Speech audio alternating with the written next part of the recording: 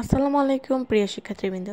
তো আপনাদের এসএসসি পরীক্ষা তো মোটামুটি শেষ। তো এসএসসি পরীক্ষা 2025 আজকে আপনারা শিক্ষার্থীরা যে আন্দোলনটি করছেন, মূলত সেই আন্দোলনের সর্বশেষ আপডেট নিয়ে আজকে কথা বলবো। তো আপনারা যারা 2025 সালে এসএসসি পরীক্ষা দিচ্ছেন তারা তো সকলেই জানেন যে নতুন সরকার হওয়ার পর এটি আমাদের প্রথম পরীক্ষা এসএসসি পরীক্ষাদের জন্য। সেই হিসেবে কিন্তু আমার যতদূর মনে হয় পরীক্ষার কোশ্চেনগুলো যথাসম্ভব অনেক ভালো হয়েছে। তারপরেও আপনারা শিক্ষার্থীরা মিলে বেশ কিছু আন্দোলনের মাধ্যমে আপনারা আন্দোলন করার চেষ্টা করছেন এবং আপনাদের যে মতামত সেটি সরকারকে জানানোর চেষ্টা করেছেন।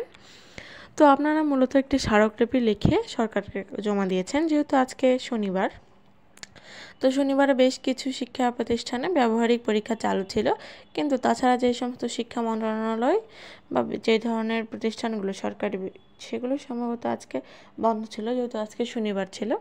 তারপরেও শিক্ষার্থীরা তাদের যেই দুই পরীক্ষায় সিকিউ এমসিকিউ মিলে পাস এবং তাদের যেই সাপ্লিমেন্টারি যে পরীক্ষা সেই যে আন্দোলনটি উপস্থাপন তুলেছেন তার একটি স্মারকলিপি শিক্ষা মন্ত্রণালয়ের কাছে জমা দিয়েছেন। তাদের বিষয়টি বিশেষ বিবেচনা করে দেখা হবে। তো আমার যেটা মনে হয় 2025 সালের যে এসএসসি পরীক্ষাটি আপনাদের হচ্ছে সেটি মূলত খুব সহজে কোশ্চেন হয়েছে, বেশিরভাগ কোশ্চেনই মোটামুটি খুব ভালো হয়েছে।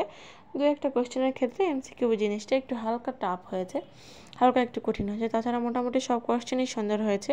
তো আপনারা এই ক্ষেত্রে আপনাদের যে আন্দোলন সেটি অবশ্যই সুষ্ঠু এবং সুন্দর একটি আন্দোলন হতে হবে।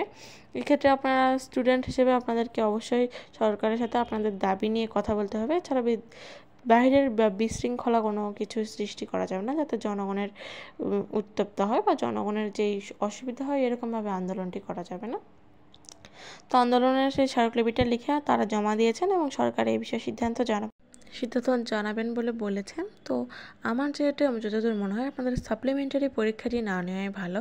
এর বদলে আপনারা যে আগে যেরকম সিকিউ এবং এমসিকিউ মিলে পাস হতো, এই পদ্ধতিটা যদি আবার অবলম্বন করা যায় তাহলে একটি সুযোগ দেওয়া যায়। কারণ অনেক ক্ষেত্রে অনেক শিক্ষার্থী 1 মার্কের জন্য পাস করে না, বা অনেক শিক্ষার্থী 1 মার্কের জন্য প্লাস পায় না। তো তাদের জন্য সিকিউ এবং এমসিকিউ মিলে যদি রেজাল্টে বের করা হয় তাহলে তাদের সেই 1 মার্কের কভার করা সম্ভব। অনেকেই 1 মার্কের জন্য পাস করতে পারে না বা প্লাস পায় না, এটা আমরা সবাই বুঝলেও বাকি সবাই বোঝে না। তো এই বিষয়টি বিবেচনা করে এই সিকিউ এমসিকিউ মিলে পাশের বিষয়টি সিদ্ধান্ত গ্রহণ করা যায় এবং এই বিষয়ে সরকারের সাথে কথা বলা বা শিক্ষা বোর্ডের সাথে আপনারা স্মারকলিপি প্রেরণ করে এই বিষয়টি আবার ফিরিয়ে আনা যায়। কারণ আপনাদের খাতা যেহেতু কাটে, মানে আপনাদের কম্পিউটার, তো সেখানে 1 মার্কের যে কম বেশি সেটা মানুষের বা হিউম্যানের বোঝার ক্ষমতা থাকলেও এআই বা কম্পিউটার বা মেশিনের এই ক্ষমতাটি থাকে না। তো এক্ষেত্রে যদি কোনো শিক্ষক খাতা কাটে এবং তিনি হয় দেখেন যে 1 নম্বরের জন্য এমসিকিউতে ফেল হয়েছে, সেই ক্ষেত্রে তার পাস করে দেওয়ার কোনো উপায় থাকে না। কিন্তু যদি সিকিউ এবং এমসিকিউ দুটো একত্রে করে খাতা কাটা হয় তবে এই বিষয়টা সলভিং করা খুব ইজি হয়ে যাবে। তখন চাইলে কোনো শিক্ষার্থীর জীবনটা 1 মার্কের জন্য নষ্ট হবে না, 1 মার্কের জন্য পাস বা তাদের 1 মার্কের জন্য প্লাসটা আর আটকাবে না। যেহেতু লিখিত এবং এমসিকিউ দুইটা মিলে যখন পাস করানো হবে তখন ওই লিখিতর মাধ্যমে ওই 1 নাম্বারটিকে কভার করার মতো একটি সম্ভাবনা রয়েছে।